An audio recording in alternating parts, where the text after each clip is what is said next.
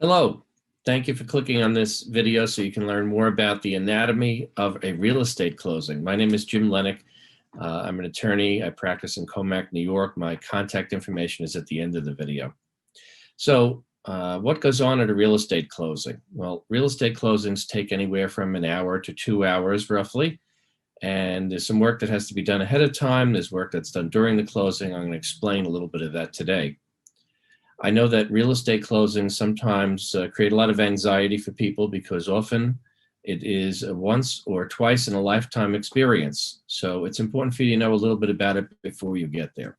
So what is supposed to happen just before the real estate closing, after all the preliminary work is done during the transaction and before the closing? Well, if you are the seller, your attorney is preparing a deed, checking on payoff of your mortgage and other title things that need to be taken care of, and you are calling for utility readings to make sure that all of your utility readings stop prior to or just after the closing, so your bill is finalized.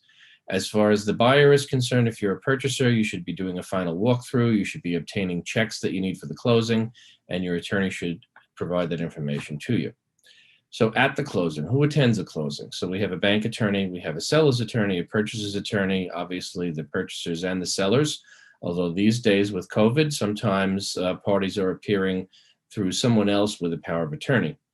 We also have a title closer, a representative, and realtors if they're attending. Once again, in today's world, a lot of times realtors are having their checks mailed to them. So what do the purchasers do at the closing? They have to sign a pile of bank documents. Some banks have more papers than others, but these documents are there to perfect the loan process so that it can be funded and payments can be issued.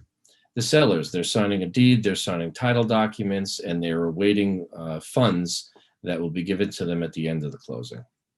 The title representative is there to assure that there's clear title, that there's no last minute judgments, liens, that the documents that the bank needs to perfect their first and primary lien against the property is proper, and that it can be filed with the local recording authority, usually a county clerk.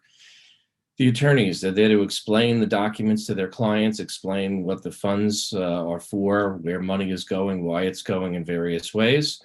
The bank attorney is there to verify that everything is complete so that funding can occur.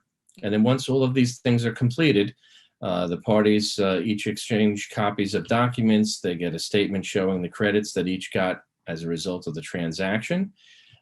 Some is given at the closing, some is mailed afterwards. And if all goes well, the sellers walk away with funds and the purchasers walk away with keys to their new home, and hopefully everyone walks away happy. So if you'd like to talk more about a closing and ask us to represent you, we'd be happy to do that. Best of luck, and I hope you understand more about the anatomy of real estate closing.